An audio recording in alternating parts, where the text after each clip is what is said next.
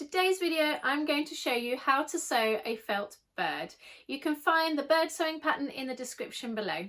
Hi, I'm Emma from Studio 77, but before you go and grab that pattern, I just want to talk to you for a quick second about the Canary Craftivist project.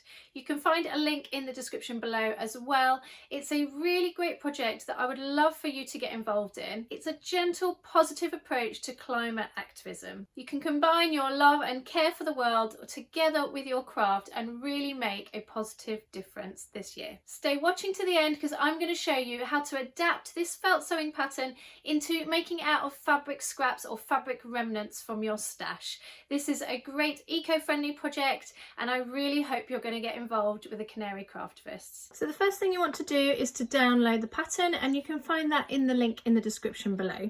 So once you've printed it out, you want to cut out all the pattern pieces and we're going to cut it out of our felt. Now I highly recommend that you grab some eco felt. This is a lot nicer for the environment because it's made out of recycled post-consumer plastic bottles. I will post a link in the description below as well. So we need to cut two of the body. Now if you haven't cut out from felt before, there's a few different ways you can do it. Now you can just cut out using a rotary cutter and cutting around the body like so.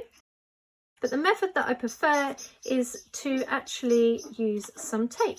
So I'm going to flip my pattern over because we want two, and there is a right and a wrong side to this. I'm doing this on the back, but you can you can't see it, but you can feel the difference between the front and the back on this particular felt. And you put tape along the edge of the pattern onto the felt all the way around. And then you want to use some scissors which are sharp but are not actually fabric scissors because you're cutting through the tape. And then you just cut around the edge. The other thing that you can do as well for marking and cutting out your felt is to use your trusty friction pen, and these are heat erasable pens, so they're removed with heat, and I'm just going to draw around, cut it out, and then later on I'm going to remove the pen lines using a hairdryer or an iron, but not with the iron on the felt because that will melt it, because obviously it's made out of recycled bottles. So when it comes to making our beak, just prep up a rectangle which is 2 by 1 inches, and then we're going to stitch that for our beak when we come to it. So you want to cut out your pattern pieces. You're going to need 2 of the body, and you're going to cut one face up and one face down, and you're going to do the same with the outer wings and the inner wings. And you're going to cut one of the underneath body and one of the top body. So once we've cut out all our pieces, we're then going to mark on the notch lines. I've actually made a cut in those already, and I'm just going to get my friction pen, and you want to make sure that you're marking on the inside of the bird. Also going to mark the notches from these 2 pieces as well onto the felt, so that we've got those for when it comes to sewing. So the first thing we're going to do is we're going to take one of the body pieces, it doesn't actually matter which, and we're going to take the top piece and we're going to place them right sides together, and we're going to place the end on that notch line, and we're going to pin all the way around to the bottom point, and that is where that notch line is. Now the great thing about this pattern is that we can do this by hand or machine. So I'm going to do this line by hand just to show you how I do it, and then I'm going to do the rest of the bird by machine. So if stitching by hand, you want to place the needle 1/2 centimetre or about 1/4 inch from the end of the bird on the bottom. We're going to place our needle in with a knot, of course, and we're going to do a back stitch all the way along that seam. If you're getting value from this video, please do hit that thumbs up, like, and it would be great if you could share this with a sewing friend.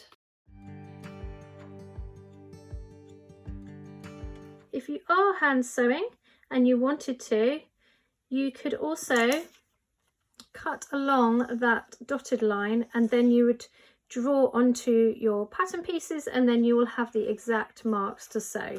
But really it doesn't matter. It's quite nice to have those little oddities. This isn't a precise thing.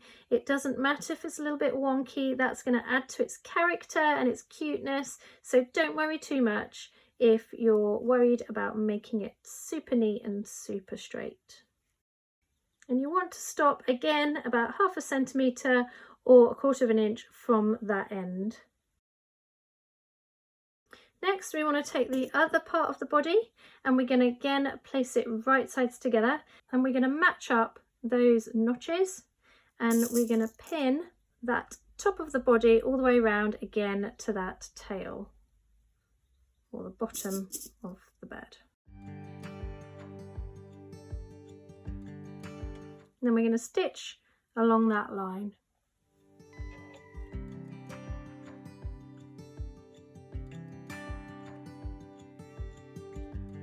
Now that I've stitched those 2 lines, now is the time that if you want to machine stitch your wings on, you can add those in and machine stitch those. So I'm going to pin mine in place, going to make them as symmetrical as I can by feeling for where they lay, and I'm going to do a little machine stitching around the edge of those wings.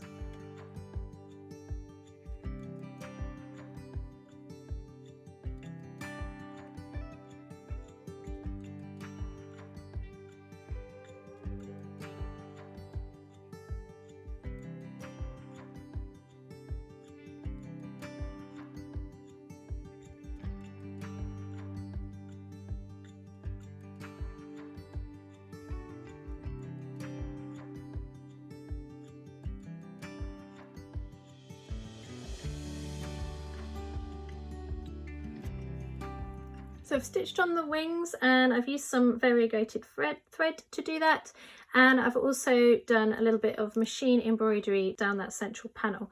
Now of course if you're hand stitching you can do all of that at the end. You can do anything fancy you want. You could use fabric paints, you could use puff paint, anything you like, or you could just do it plain of course as well. So moving along, we're going to move on to the underneath part of the bird, and we're going to match up just like we did before, but we're going to match up this notch line here with the top point of that underneath.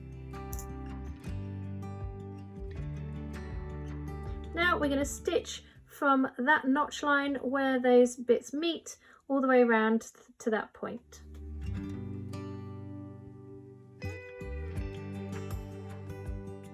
Next we're going to sew from that notch line on the top of the head round to that notch line, the start of the underbody.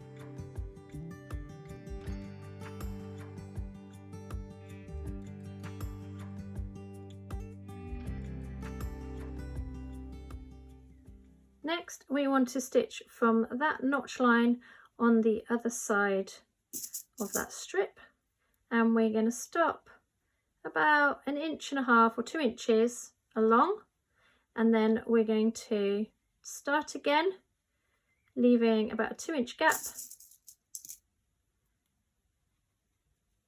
and we're going to pin and sew down there around the bottom of the tail and up to that start point of the other line of stitching.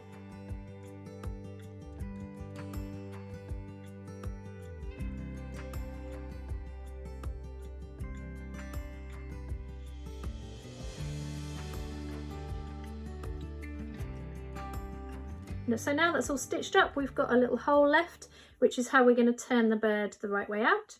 But before we do so, we just want to snip those corners by the tail so that we get a nice turned tail, and we're going to just snip off as close as we can to the edge of that stitching so that we've got less bulk. I'm also going to just snip just shy of those stitches into the seam allowance, because that is going to help us with that curve as well. And then we're going to turn the bird the right way out. To get those corners out of the tail, just gently use a pin to prise that out very gently. Then we need to stuff him. I highly recommend that you use up some old scraps of fabric that you may have lying around. This is my scraps bin, so I'm going to delve into there, pick out some of those fabrics. The smaller bits are really good for these birds, and I'm going to stuff him with this.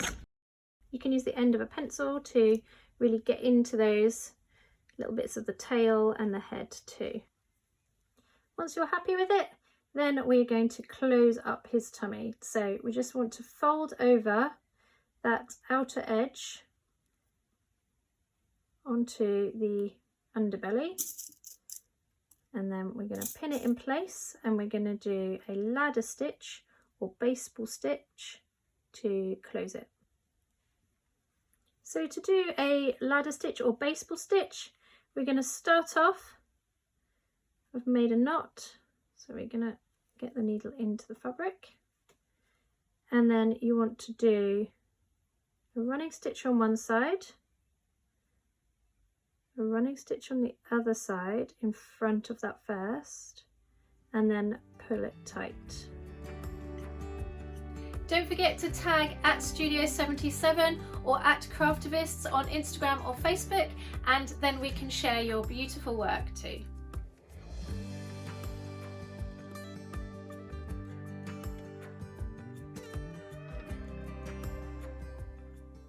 Then to finish, we're just going to cast it off.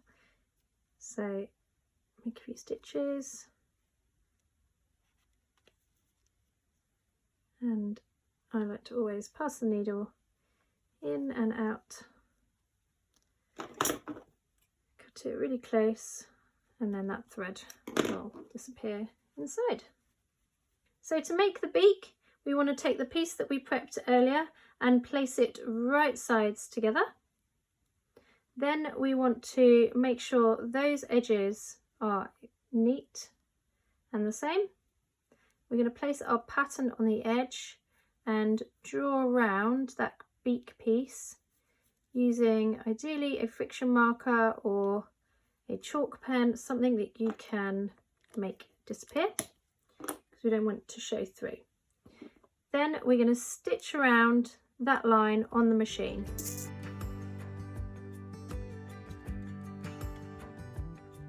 That's stitched. You can hand stitch that of course as well, just like the rest of it. Then we're going to cut real close to those stitches, and we're going to turn that beak the right way out. Now this is really fiddly. What I like to do is use a pair of scissors. This is going to be a bit trickier if you're using regular cotton, quilting cotton. I would, in fact, if I was using quilting cotton or any other fabric, I would probably interface this beak section. Just going to make it a little bit easier for this bit. I use a pair of scissors and I slowly, this is a key thing, is to just go slow as you like, and you can use those scissors, be careful not to poke a hole in the end, and just turn your beak the right way out. If you wanted to, you could cut your beak to the right size and then do a blanket stitch all the way around. That would also do it too. Then you want to square off that edge so it's nice and straight. Then I've got some little beads here for the eyes. Now we want to think about where we're going to place our eyes. So I'm going to do a mark with the friction pen again, just to make sure I can get it as symmetrical as possible. A good tip when you're using these friction pens is just to make sure that they do actually come off of your fabric.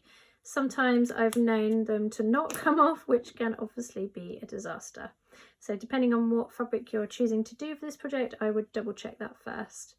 Now I like to go in quite far away so that I can hide the knot. Now it's nice and securely inside. Pick up your eye. You could also use safety eyes or buttons, anything that will look like an eye. And go through that button or bead a few times to make it nice and secure. Once you've stitched on the eyes, then we're going to stitch on the beak. So I've brought my needle out where I want my beak to go, and I'm just going to use a small whipping stitch to stitch that beak all the way around the edge.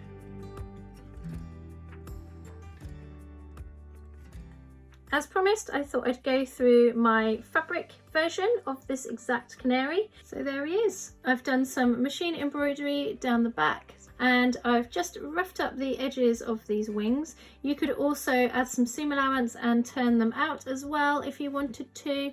The beak, I would definitely catch that in that seam if I was doing another fabric one again, just because it's really tricky sewing around there.